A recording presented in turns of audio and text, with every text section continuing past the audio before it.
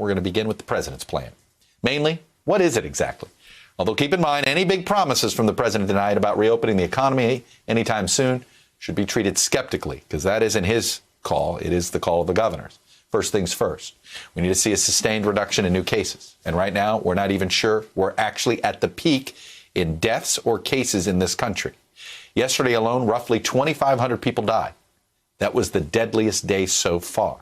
But despite widespread public support for drastic measures required to fight this virus, elected leaders around the country are facing obvious pressure to reopen their communities sooner rather than later.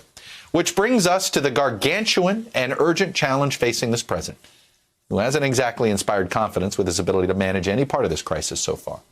We've said it before and we'll say it again. Experts agree, and officials inside the White House are acknowledging as well, finally, that we have a huge problem due to one thing, a lack of testing. And once we get testing figured out, folks at Johns Hopkins then estimate that we're going to need an additional 100,000 workers minimum just to help track and monitor everyone who may have been exposed to the virus.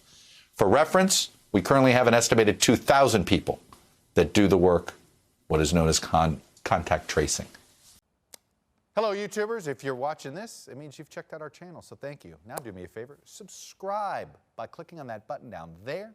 Click on any of the videos to watch the latest interviews and highlights from MTP Daily and MSNBC. You can get more Beat the Press content every morning in the First Read newsletter. If you're tired of content that you don't know anything about where it came from, you don't have to have that problem with us.